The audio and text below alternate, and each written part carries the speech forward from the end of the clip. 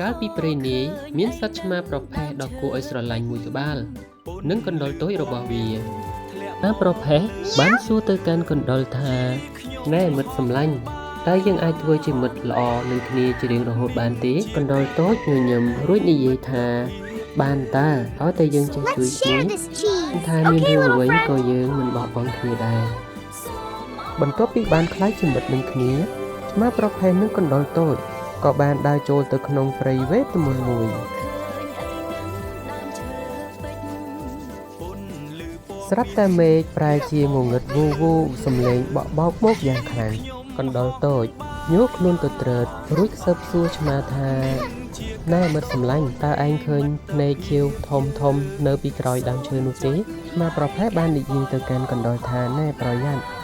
នោះគឺជាស្ដេចខ្លាឃ្មុំដ៏ធំសម្បើមតើពួកយើងអាចជិះខ្លួនរួចដែរទេស្រាប់តែស្ដេចខ្លាឃ្មុំដ៏ធំសម្បើមមួយនោះលើកជង្គង់ចោលរួចញញឹមយ៉ាងពេញខ្លាឃ្មុំនិយាយថាកុំខ្លាចទេមិត្តតូចខ្ញុំជាខ្លាឃ្មុំចិត្តល្អខ្ញុំរស់នៅក្នុងព្រៃនេះតែម្នាក់ឯង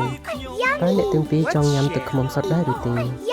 បន្ទាប់ពីញ៉ាំទឹកឃ្មុំរួចខ្លាឃ្មុំចិត្តល្អSomething magical is near. Look, little ones, something magical is near. Let's see what's inside. បាទគាត់ទៅដោយវល្លិនៅរុក្ខជាតិប្លែកៗនៅចំកណ្ដាលប្រាសាទមានពន្លឺខៀវភ្លឺចែងចាំងចេញមកកណ្ដុរតូចសួរយ៉ាងអន្ទះសារមាត់សម្លាញ់តើមានអ្វីនៅក្នុងនោះតើយើងទាំង3នាក់នឹងសម្រេចចិត្តចូលទៅក្នុងប្រាសាទដែរឬទេបន្ទាប់ពីពួកគេបានអង្គុយគិតមួយសន្ទុះរួចហើយពួកគេក៏បន្តដើរចូលទៅក្នុងប្រាសាទ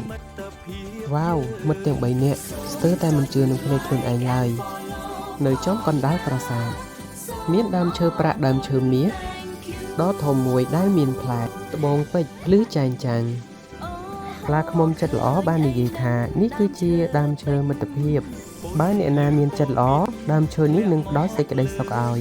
ស្រាប់តែដើមឈើក្រអូបនោះបានបញ្ចេញពន្លឺក្រអូបសាយពីពេញប្រាសាទមកប្រផេះនឹងកណ្ដុរចាប់ផ្ដើមអណ្ដែតអស់ហើរដោយបាក់សេអញ្ចឹងព្រោះនេះគឺជាអំណាចនៃមិត្តភាពពិតប្រាកដពួកយើងបានសន្យាថានឹងនៅក្បែរគ្នាជារៀងរហូតមិនថាមានរឿងអ្វីកើតឡើងក៏ដោយសូមអរគុណ Thank you